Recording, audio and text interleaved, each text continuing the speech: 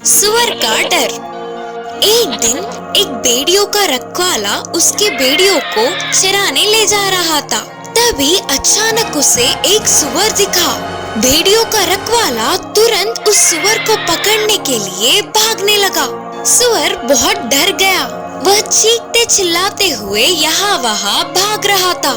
जैसे जैसे भागते हुए भेड़ियों का रखवाला उसे पकड़कर अपने कंधे पर बिठाकर चल पड़ा। तब भी सुअर ने चिल्लाते हुए शोर मचाना नहीं छोड़ा। वह एक जगह स्थिर न रहते हुए कंधे से नीचे कूदकर भागने का प्रयास कर रहा था। ऐसे शोर मचा रहे सुअर को देख सारे भेड़िया हंसने लगे। उनमें से एक भेड़ ने सुअर से कहा, क्यों इतना शोर मचा रही हो? कितनी पागल दिख रही हो पता है? ये भेड़ियों का रखवाला हमें भी ऐसे ही पकड़कर चलता है, पर हम कभी भी इतना शोर नहीं मचाते, हर बात सुनते हैं। बाकी के सारे भेड़िया भी उन्हें डर का मतलब ही नहीं पता करके बोल रहे थे और इस भेड़ के बातों में हामी भर रहे थे। फिर सुअर ने जवाब देते हुए कहा, तुम्हें अपना भेड़ियों का रखवाला अच्छे से देखभाल करता है, तुम्हें नहलाकर चराकर बाकी के जानवरों से बचाता है, इसीलिए तुम्हें उससे डर नहीं लगता। पर मुझे क्या करेगा नहीं पता ना, मुझे मार के खाएगा तो या फिर गांव में बेच देगा नहीं पता, इसीलिए तो मेरा डर मुझे है। बोलते हुए फिर से सुअर जोर से चिल्ला रहा था। सुअर के बताने पर सारे भेड़िया सोचने लगे, सच में कोई भी समस्या ना होने पर बहादुर रहना आसान है, पर वही संकट आने पर ही डर का मतलब पता चलता है। इसीलिए डरते हुए लोगों को देख हमें नहीं हंसना चाहिए, उनके कष्टों को समझना चाहिए। इस कहानी की नीति है कि कब किसे क्या हो जाए किसी को नहीं पता, इसीलिए किसी को भी देखकर नहीं हंसना चाहिए। जवाब दे सकते हो? रामू को कहानियाँ बहुत पसंद थी। अपने दादा के बताए हुए कहानियों को अच्छे से सुनते हुए बहुत सारी नई चीजें जानता था। उस दिन भी रामू ने पूछा, दादू दादू एक कहानी बोलो ना।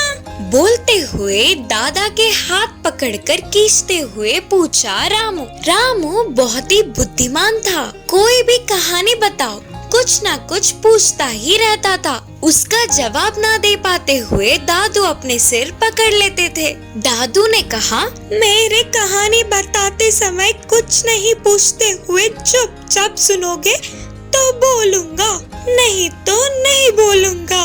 ठीक है दादू बताओ, बोला रामू। दादू कहानी बता रहे थे तो रामू अच्छे से सुन रहा था। एक जंगल में एक मिट्टी का ढेर और एक पत्ता अच्छे दोस्त थे, पर उन्हें बहुत बड़ी समस्या आ गई थी। रामू ने पूछा, कौन सा समस्या?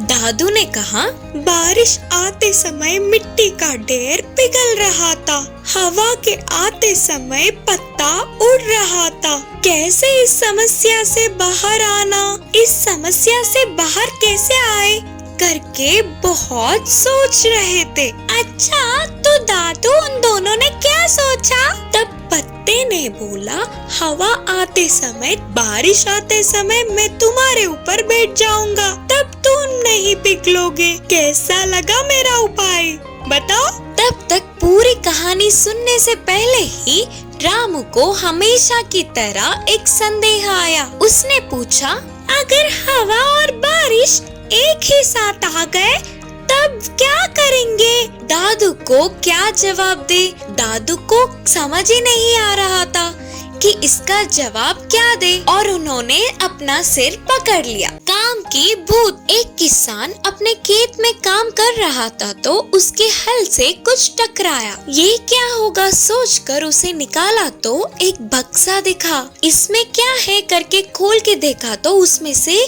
कूदकर एक भूत बाहर आई। उस किसान ने कांपते हुए पूछा, कौन हो तुम? इसमें क्यों हो? तब भूत ने मुस्कुराते हुए कहा, हाँ, मैं काम का भूत हूँ, अब तुम ही मेरे मालिक हो।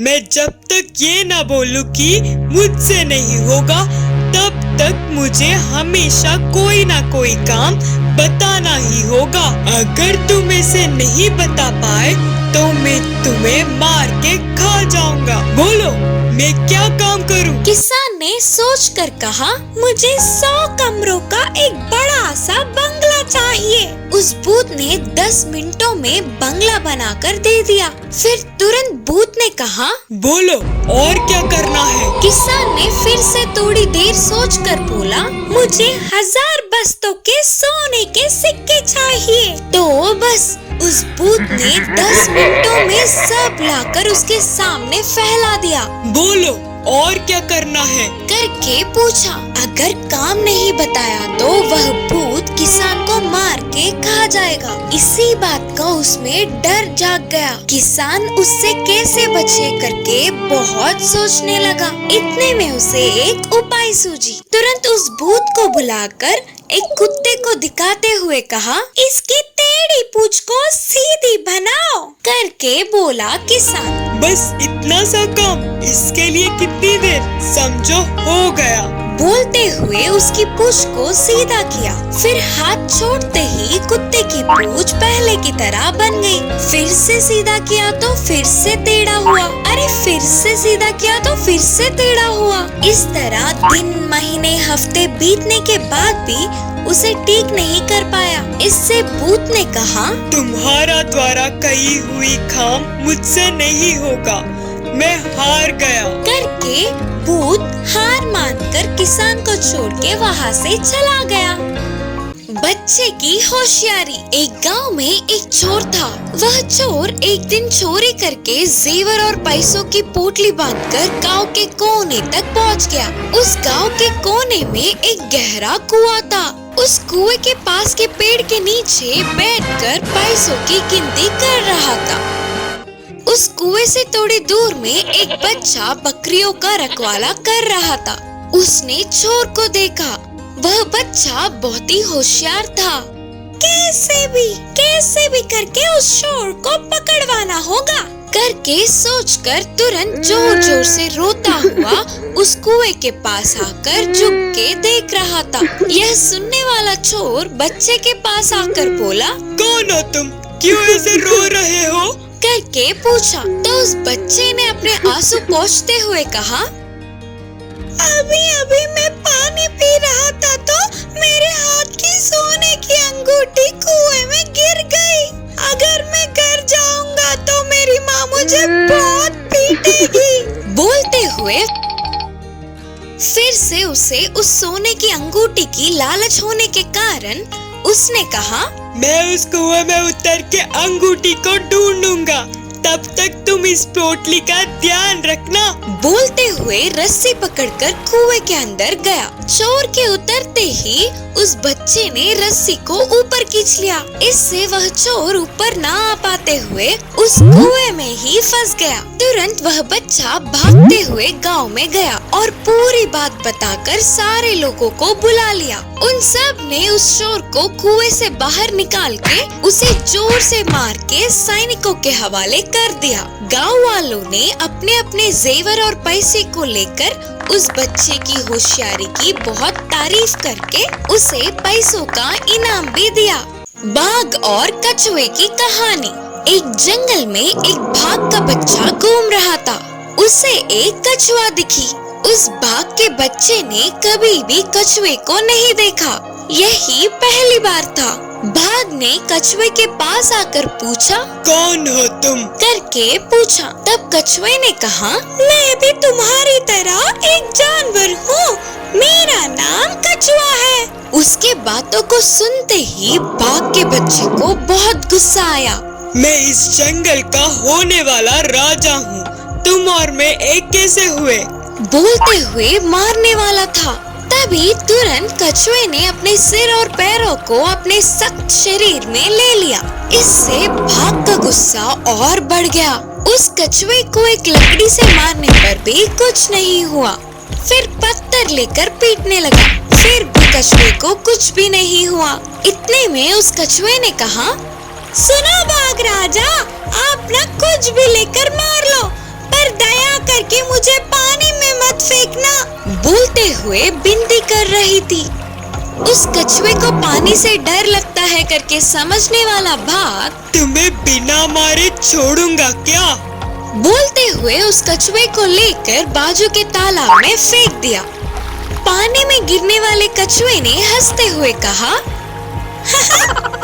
अरे वो मूर्ख राजा, मैं तो इसी पानी में जीती हूँ। मैं और तुम एक सा नहीं है।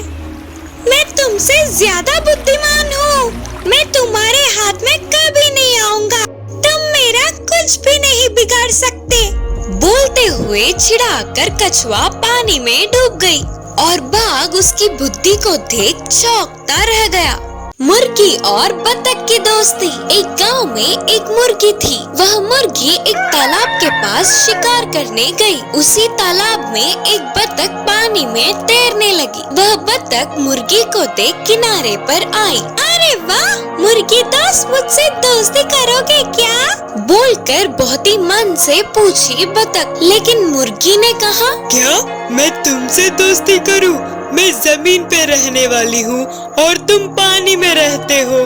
तुमसे मुझे दोस्ती कैसे होगी? फिर भी मुझे किसी की दोस्ती की जरूरत नहीं है, जाओ। मुर्गी घमंडी होकर बोली। उतने में उस तरफ एक लोमड़ी आई। मुर्गी को ऐसे अकेले दाना चुगते देख के उसके मुंह में पानी आ गए। मुर्गी को पकड़ने के लिए तेजी से भागती हुई आ रही थी। यह देखकर मुर्गी डर गई। आगे जाएगी तो पानी, पीछे जाएगी तो लोमड़ी। वह मुर्गी करे भी तो क्या करे, उसे कुछ भी समझ नहीं आया। डर के कांपते हुए इधर उधर देखने लगी। इतने में बतख किनारे पर आकर बोली, जल्दी से मेरे पीठ पर बैठ जाओ, हम भाग जाएंगे। बोलते हुए जोर से चिल्लाई। मुर्गी उछलकर बतख के पीठ पर बैठ गई। तो बस बतख तेजी से पानी में तैरती हुई चली गई। इससे लोमड़ी अब ना कुछ कर पाते हुए निराश होकर किनारे पर ही बहुत देर तक इंतजार करके वहाँ से वापस चली गई। यह देख के मुर्गी ने कहा, बतख दोस्त, तुमसे घमंडी होकर बात किया ना, इसके लिए मुझे माफ करो। दोस्त क्यों होते हैं ये मुझे अब समझ आ गया। अब से हम दोनों अच्छे दोस्त बनकर रहेंगे। तो बतख ने खुशी से मुस्कुराया। उस दिन से वे दोनों मिलजुल कर रहने लगे।